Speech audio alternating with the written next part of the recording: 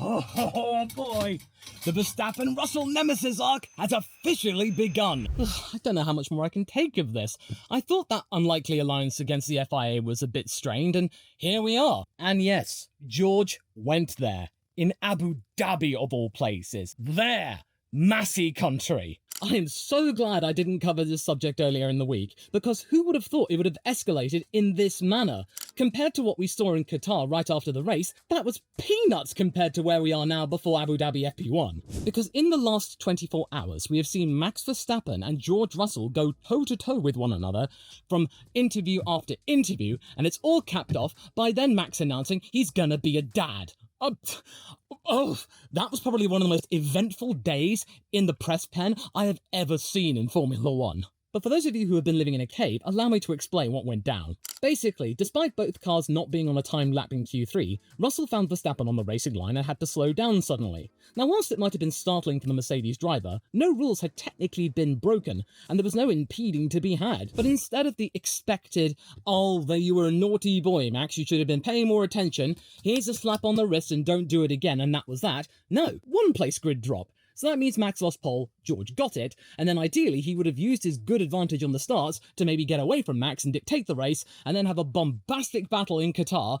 to really lay it down home to Max Verstappen, now realising he's gotten under his skin, that 2025, it's gonna be his and he will be leading Toto's team. Only for Mercedes, as it turns out, to have put on a used tyre for the start, which wouldn't have helped. Then George Russell didn't have the best of starts, which allowed Max to romp on home, and then absolutely lap it up. Oh, George, best of intentions, it would have been fantastic. You should have really communicated that to your team. Or maybe saved some tyres. But quite frankly, I don't think you care about the Qatar Grand Prix anymore. Just when I was processing one event, another event happened, which meant I was completely thrown for a loop. I don't think I've seen these dramatics since, well, ever. Comment down below, by the way, if any of the Verstappen and Russell beef actually rings a bell in your memory of Formula 1. I'm very curious. But yes, the drama has escalated to the point where it's almost impossible to keep up. George makes a statement, Max fires back, the cycle repeats until it culminated in Toto Wolff and George addressing the media together, Toto telling Verstappen to go and foxtrot Oscar. So, any hopes that Toto would want to try and get Max Verstappen to lead his team in the near future? Yeah, you can call a time on that, and it's done. It's done, though. That's dead in the water. Because the tension between these two teams and these two drivers have reached new heights. I don't think it got this bad even in the Hamilton versus Verstappen days, because at least both drivers respected each other. It's quite an interesting and also surreal time for this to have occurred, right? A situation which had no bearing on the main narratives of the weekend whatsoever. You know, since Red Bull and Mercedes, they have nothing to do with the Constructors' Championship. There's nothing to fight for either team. They are where they are. I almost forgot that McLaren and Ferrari were fighting for their first bit of silverware in nigh on a generation. It's that irrelevant in comparison to what happened. We've got to remember, this is a monumental race full of big feats and endings of eras and the start of new ones, and FP1's got loads of rookies in it, and it's just, there's so much to talk about, but all that people will talk about is what Max and George are up to, and I don't blame them, because it's really, really spicy. And what I found really curious is that Mercedes actually decided to get their hands dirty and take part in some name-calling, which they rarely do. Usually they try and rise above any criticism, but no, this time, no, they were all in. It had Russell calling Verstappen a bully, and Wolff referring to Christian Horner as a yapping little terrier. Oh my goodness, this is, absolutely insane. Now, whilst I admit Christian Horner doesn't mind playing the bad guy at times, on many occasions he's likened himself to the pantomime villain, him not minding the dramatics of what is Formula 1, I think he actually enjoyed what happened in 2021, although I don't think he would want to repeat it anytime soon. You know, one's enough, and Toto, well, I mean, he's aged considerably after what happened there. But again, this is just Toto and Christian battling each other yet again, but Verstappen's there, and now the pretender of George Russell, and can you tell I'm absolutely flabbergasted? But let's be real here. I'm pretty sure that despite all of these theatrics being absolutely riveting entertainment and absolutely fascinating, that ultimately, this being a motorsport, you would want George and Max to tangle on track and give us some really thrilling battles for the lead or a championship or something like that. Not just relying on he said that and he said this, or, oh, I'm gonna do that to you if you get anywhere near me, oh, you're a bully, and loads of shaking of fists, and I would rather them just be shaking their steering wheel as they're going 5G through a corner.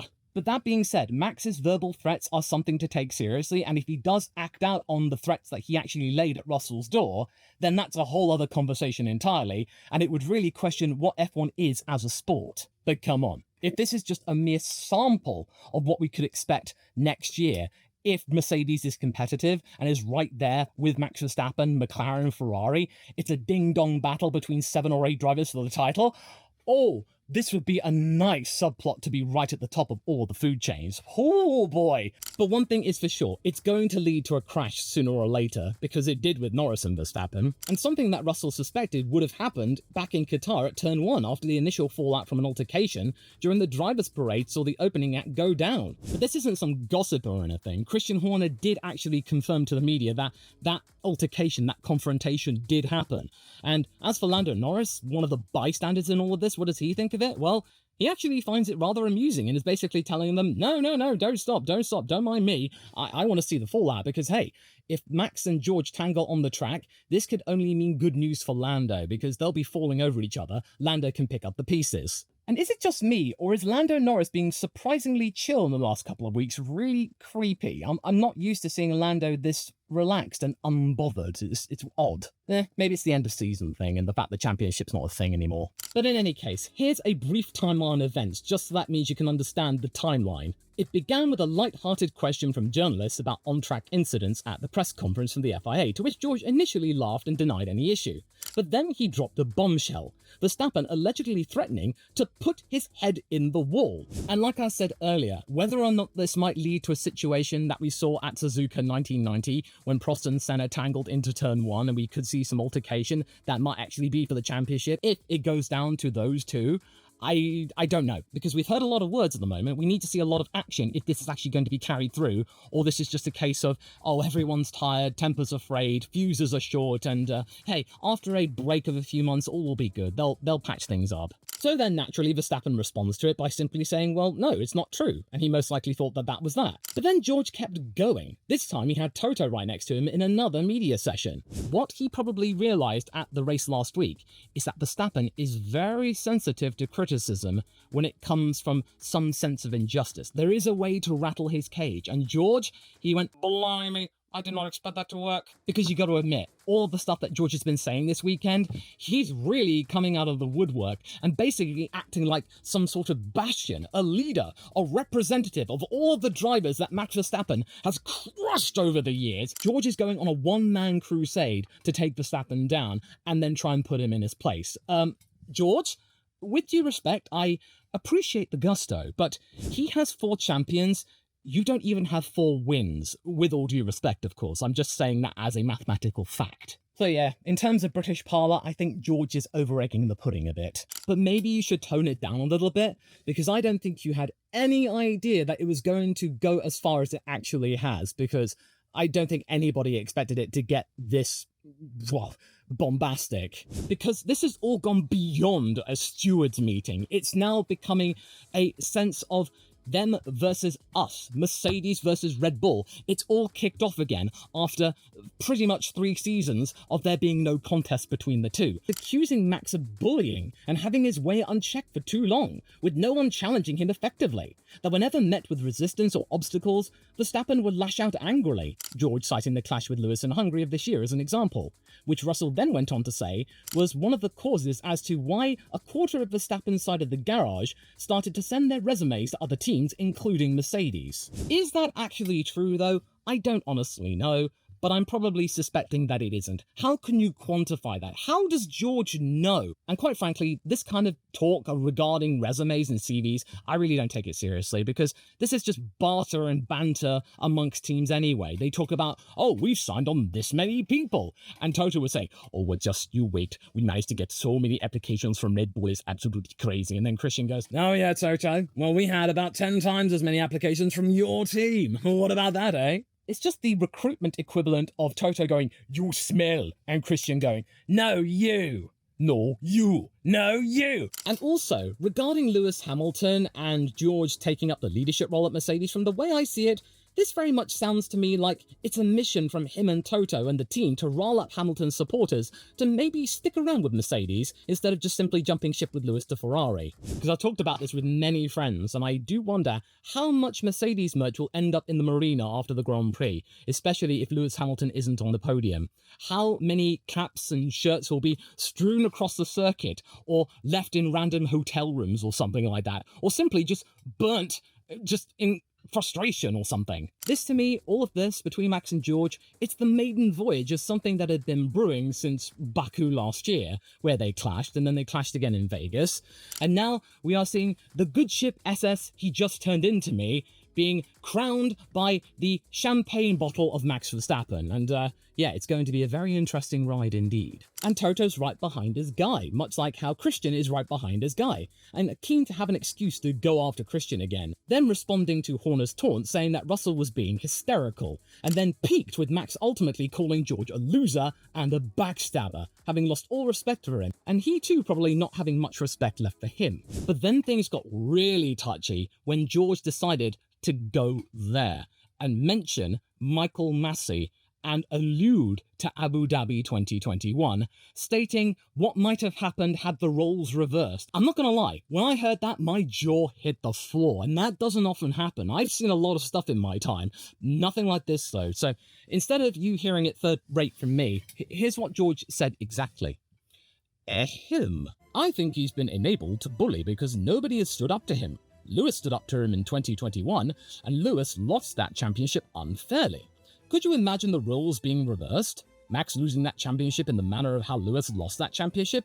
I mean, Michael Massey would be fearing for his life. And the way Lewis dealt with that championship fight, he was hard, he was aggressive, he was always respectful, and he never went beyond the line. I think he's been enabled because no one has stood up to him. Lewis did in 2021 and lost unfairly. Okay, I don't wish to get into the machinations of Abu Dhabi 21, but to bring up this at the same track only 3 years later when Lewis is still at the team, trying to fan the flames of Team LH to gain some support at the last opportune moment before they then go to the Scuderia? I don't know, man. That in of itself is a dangerous game to play, mate, but I gotta admit, this is a more concerted effort in trying to rattle Verstappen's cage than what Lando was able to muster all this season. Because throughout this entire year, people have been clamouring for a driver with the killer instinct, the bite, the chutzpah to go after Max Verstappen and give him a fair fight. Many people were expecting that maybe Lando, after securing his first win in Miami, could be the guy, that now this was his time to shine. It became very clear, as Lando pointed out after the title was won by Max, that McLaren, they were never really ready to go after the championship, nor was he. It was all a sense of learning and understanding for 2025, which I do admit will be very useful. They will have a really good set of experiences to really learn from. Then there was also all the stuff that Max and Lando said to one another. Lando being really aggressive and punchy, gaining the support of his team principal and CEO Zach Brown, only for it to then fizzle away the following race and him basically saying, oh, you know what, I was probably overreacting, oh, Max doesn't need to do that or anything. It just completely fizzled out. And you wonder if Andrea and Zach are like going, what, Lando? We were prepared to... And I know that Lando doesn't want confrontation. That's just not his MO. He would rather win a championship fair and square and cleanly. He doesn't like getting his hands dirty because, well, that's just not his style, and that's up to him, really. But now people are looking to George and realising that, oh, it's that guy that's got it. Oh, interesting. All right, Law, we've heard what you had to say. Which side are you on then? But wait, do I have to pick a side? Do I have to choose a driver who I really back? Oh, of course, this is modern day Formula 1, tribalism. Yeah, okay, gotcha. I don't really want to. I want to try and be fair and as balanced as possible here. Because the truth is that we weren't in the room where it happened. The room where it happened. The room where it happened. And whilst George is responsible for stoking this into the inferno that it has become, he's kind of giving us what we wanted from Lando in regards to a killer instinct. Because Max's response, sure enough, got quite aggressive and shirty, and it makes it clear that he is really, really stoked and feels like there is a sense of injustice after a long season where Max has had to deal with so much flack from the stewards, penalty after penalty, then the thing in Qatar. That was probably the straw that broke his back. It's like, no, he'd had enough, and why did George feel the need to go to the stewards regarding that? Well, I don't know why. I don't know what he was trying to prove, except trying to get under your skin, Max, but it is what it is. But then at the same time, the way he's been talking kind of justifies Russell's means for saying he's a bully and aggressive and he needs to be stopped. But then at the same time, you need to look at what Max Verstappen's been saying. He's always been forthright with his language. He's been very direct. He doesn't mince his words or anything like that, or say one thing to somebody and then another. He's relatively consistent. So he is going with the whole angle of calling George a two-faced mother lover or something like that. And, you know, it just makes me remind myself of the Looney Tunes of da-da-dee-da-da-da, that buzzard is two-faced. I would much rather be like Fernando Alonso right now. Him looking like the guy in the middle trying to break up the fight between two of his mates. Yeah, you heard me. Fernando the mediator. Who would have thought that would have ever occurred? Is this the same guy? Naturally, they're going to be wanting to talk to all of the drivers and go, hey, you, what do you think about the incident between George and Max? And then when asked by Fernando, he basically didn't come up with a set opinion. He did what many people didn't expect and did not back his buddy Max outright because, let's be real, over the years, Fernando's not been shy in saying that he is a Max Verstappen fan, he cheers him on, whereas now, he's actually not been that forthcoming in regards to support to Max and actually backing his other mate, George, which is very, very interesting. And again, instead of me trying to come up with some estimation and talking, here's what Alonso had to say, okay? Ahem.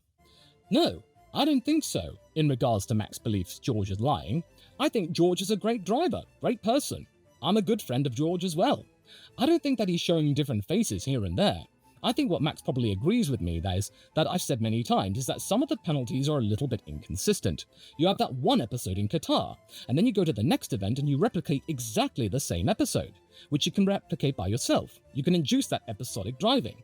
Then you don't get the same result in terms of penalties. So that's the frustration that we sometimes have, which does bring up a very valid point. Because even though Alonso goes on to say that everyone should be patient with the new race director as they acclimate to the monumental task of managing Formula One, especially since at the moment he's officiating 3 separate series at once, he doesn't believe George would instigate this push against Max without some kind of altercation having gone down. He believes that whatever Max said did happen, and the language that George describes is something that Max would say. It's not out of character, let's just be honest. But I think it's also important to say that initially, a lot of the frustration was aimed at the stewards for making that decision of a one-place grid penalty, because sure, George did dob him into the stewards, but George probably had no idea of what the ultimate outcome would be. I think he would probably think that it would have been a warning. I don't think he would have seen a 3-place grid drop because, again, it was not during 2 live laps. It was during cooldown laps or out laps or something like that.